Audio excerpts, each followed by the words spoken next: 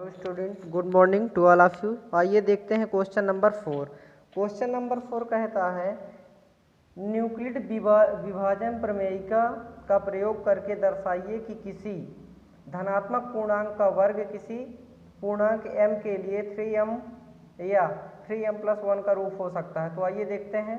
तो हम क्या लिखेंगे, माना a एक धनात्मक पूर्णांक है, यदि b बराबर 3 हो तो r के मान कितने होंगे, 3 से छोटे होंगे, यानी 3q+1 3q+2 ये रूप हो जाएगा। तो ये इनको हम विशेष रूप से ध्यान देंगे। अब पहली इसमें 3 चरण है। पहली स्थिति ठीक, यानी वर्ग होना चाहिए, तो वर्ग करेंगे तो a का वर्ग बराबर तो क्या हो जाएगा 3q का वर्ग, यानी a का वर्ग हटाएंगे तो क्या हो जाएगा 9q²। तो इसे a बराबर हम क्या लिख सकते हैं 3 और 3q², ये अंदर लिख सकते हैं, जहाँ पर m बराबर 3q²। तो इसे हम क्या लिखेंगे a बराबर 3m। दूसरी स्थिति दूसरा पद ले लेंगे, है ना, 3 टर्म है इसमें, पहला पद, दूसरा पद, तीसरा पद, तीनों को इसी तरह वर्ग में रखेंगे। फिर से करेंगे, a बराबर क्या हो जाएगा 3q+1। तो रखेंगे तो हम क्या रखेंगे, a का स्क्वायर करेंगे तो इसका स्क्वायर हो जाएगा, तो क्या हो जाएगा +1 का वर्ग। ये अब किस रूप में है, a+b का होल स्क्वायर, है ना। यानी हमारा फार्मूला होता है a+b का होल स्क्वायर बराबर a² + 2ab+b²। इसी फार्मूले पे रख देंगे, a बराबर 3q, b बराबर क्या हो जाएगा a। इसके जगह में सेम टू सेम रखते जाएंगे। तो a बराबर 3q की जगह में क्या हो जाएगा, a² के जगह में 3q का स्क्वायर, तो 3q का स्क्वायर प्लस 2 गुणे a का मान क्या है 3q प्लस b का मान कितना है 1 का होल स्क्वायर। होल स्क्वायर हटाएंगे तो a बराबर क्या हो जाएगा 3 त्रिकाई 9q प्लस 3 दूनी 6q प्लस 1। अर्थात इसे हम क्या लिख सकते हैं, a बराबर 3q कॉमन ले लेंगे इसमें, तो कॉमन ले लेंगे तो क्या बचेगा 3 3 जा 9 यानी 3q प्लस यहाँ क्या बचेगा 3 2 जा 6 यानी 2, q तो ऑलरेडी बाहर निकल गया है, और प्लस 1, अर्थात हम क्या लिख सकते हैं 3m+1, ये वाला 1, जहाँ m बराबर क्या है, इसे क्या मान लेंगे m की वैल्यू, इसे क्या मान लेंगे m की वैल्यू, तो m बराबर क्या हो जाएगा 3q+2, ये आ गया। अब तीसरी स्थिति पे हम ध्यान देते हैं। तीसरी स्थिति सेम टू सेम है हमारी, तीसरा ले लेते हैं। तो तीसरा क्या कहता है, ये वाला पद ले लेंगे।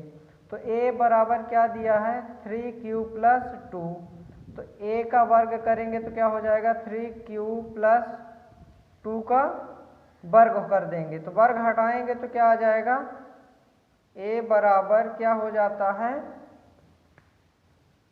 3q, उसी फार्मूले पे रखेंगे, किस पे a² + 2ab + b², यानी 3q का क्या हो जाएगा होल स्क्वायर प्लस 2 गुणे a का मान कितना है 3q गुणे ab लिखा है ना, तो ये दोनों गुणे में है, तो b का मान कितना है 2 प्लस b का स्क्वायर यानी 2 का होल स्क्वायर, तो क्या हो जाएगा होल स्क्वायर हटाएंगे तो a बराबर 3 त्रिकाई 9q प्लस 3 दूनी 6, 6 दूनी 12, क्या आ जाएगा यहाँ पे 12q प्लस 2 दूनी 4। फिर देखते हैं a बराबर 9q² plus 12q plus 3 plus 1, इसे इस तरह से लिख सकते हैं ना, 4 को 3 + 1 लिख सकते हैं। क्यों इस तरह लिख रहे हैं, क्योंकि हमको इस पद में कॉमन लेना है। क्या लेना है, कॉमन।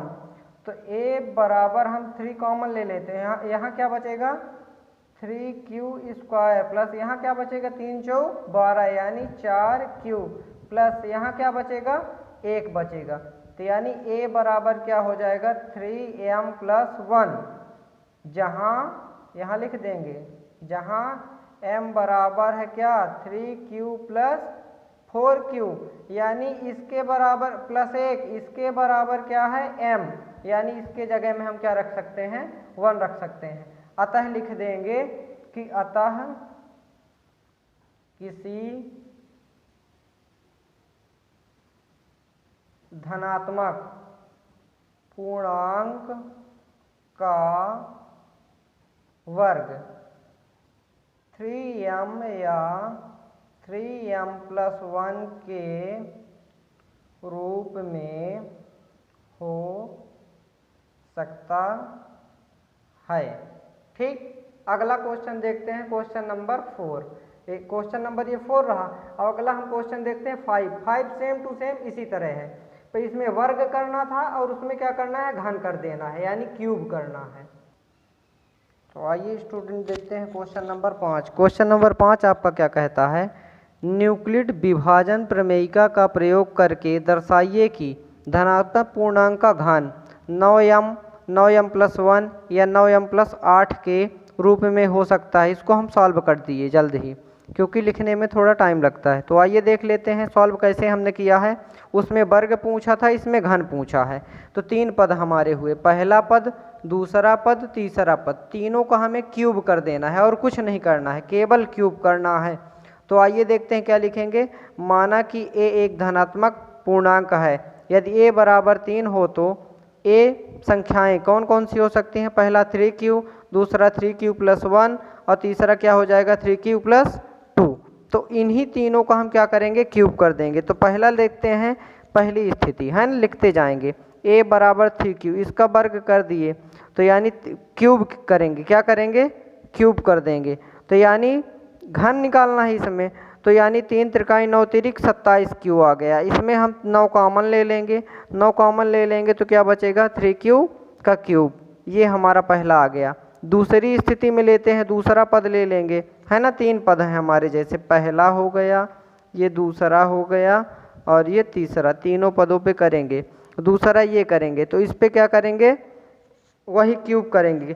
तो एक फार्मूला इस पे विशेष ध्यान देना, वर्ग के लिए दूसरा फार्मूला लिखे थे हमने, अब क्यूब के लिए ये फार्मूला क्या होता है, a+b का क्यूब बराबर a³+b³ +3ab+ab। तो इसी फार्मूले पे बस पुट कर देना है, जहाँ a बराबर आपका क्या है 3q, b बराबर क्या है 1। तो इसी को आप क्या करेंगे, a के जगह में a का मान, b के जगह में b का मान बस पुट करते जाना है। हमने पुट कर दिया 3q प्लस b का क्यूब मतलब 1 का क्यूब, फिर 3 इंटू में है a का मान कितना दिया हुआ है 3q+1, अब फिर ये हो जाएगा 3q+1, क्यूब हटाएंगे तो क्या हो जाएगा 3 3 जा 9 अर्थात 9 3 जा 27, 9 तिरिक 27 क्यूब +1 प्लस 3 त्रिकाई 9 क्यूब, फिर ये हो जाएगा। फिर हम क्या करेंगे, इस क्यू का क्या करेंगे, इस पे गुणा कर दें या पूरे पद का गुणा कर देंगे, कर देते हैं 27q+1, 9 तिरिक 27, 9 तिरिक 27 प्लस 9 एकम 9। फिर आइए देखते हैं आगे क्या करते हैं, इसको सुटेबल क्रम से लिख देंगे, व्यवस्थित लिखेंगे। तो व्यवस्थित लिखते हैं तो क्या आता है 27 प्लस इस 27 को फिर लिख देंगे Q square plus 9 cube plus 1 को बाहर लिखेंगे। फिर यहाँ हम क्या ले लेते हैं, कॉमन ले लेते हैं, इस पद में 9 कॉमन आ जाता है। 9 कॉमन जब आता है तो यहाँ क्या बचेगा 9 तिरिक 27, यानी 3 क्यूब का क्यूब प्लस यहाँ क्या बचेगा 3 क्यू स्क्वायर प्लस यहाँ क्या बचेगा केवल क्यू बचेगा, 9 तो बाहर निकल गया, प्लस 1, इसको कोष्टक में लिखेंगे, इस 1 को बाहर लिखेंगे। फिर हम बात करते हैं a बराबर 9m+1, जहाँ m क्यों लिख दिए, 9 तो हमारा ये नंबर का है, कॉमन लिए हैं, पर इस पूरे के बराबर क्या होता है m बराबर इतना होता है, तो चाहे m के जगह में ये लिख दें और चाहे m लिख दें। ये हमारी दूसरी स्थिति कंप्लीट। आ जाइए तीसरी स्थिति। तीसरी स्थिति में कहता है वही तीसरा पद लेंगे, इसका भी क्यूब कर देंगे, ये क्यूब कर दिए तो ये आ जाता है आपका ये 3 क्यूब प्लस ये मान पुट कर दिए 9 तिरिक 27 क्यूब प्लस 8 प्लस 18, 3 त्रिकाई 9 दूनी 18 क्यूब प्लस 3 क्यूब प्लस 2। अब फिर क्या करेंगे, इसको ऐसे उतार देंगे प्लस 18, फिर इसमें क्या करेंगे 18 को बाहर लिखेंगे, क्यू बस को गुणा करेंगे, तो क्यू का क्यू में गुणा होगा तो 3 एकम 3 Q Q square plus Q 1 जा क्यू, यानी 2 एकम 2 और क्यू। फिर यहाँ हम कॉमन ले लेंगे, ठीक, कॉमन किस किस पद में लेंगे, केवल इस पद और इस पद, 8 को छोड़ देंगे तो 9 कॉमन ले लेंगे तो यहाँ क्या बचा 3q का क्यूब प्लस यहाँ 9 दूनी 18, 2 बचा। अब बाकी ये पूरा पद उतर जाएगा, 8 को हम बाद में लिख देते हैं, ये 8 आ गया। इस तरह क्यों लिख रहे हैं, क्योंकि हमारा इक्वेशन सही बन सके। अब हम लिखेंगे 9m प्लस 8, क्योंकि इसके बराबर हमारा क्या होता है, इस 2 का एक बार गुणा कर देंगे तो 2 तिहाई क्या हो जाएगा 6q, 2 तिहाई क्या हो जाएगा 6q, फिर 2 दूनी 4q प्लस 8। अब इसके पूरे के बराबर क्या होता है m, तो यानी इसके जगह में हम क्या रख देंगे m रख देंगे, अर्थात 9m प्लस 1। आता है हम क्या लिख सकते हैं, आता है धनात्मक पूर्णांक का घन, धनात्मक पूर्णांक का घन 9m प्लस 1 या 9m प्लस 8 के रूप में होगा। नेक्स्ट, अब ये रहा आपके पांचों क्वेश्चन 1.1 कंप्लीट। नेक्स्ट अगला हम क्या करेंगे, 1.2 के बारे में आपसे अगले वीडियो में चर्चा करेंगे। तब तक के लिए धन्यवाद, जय हिंद।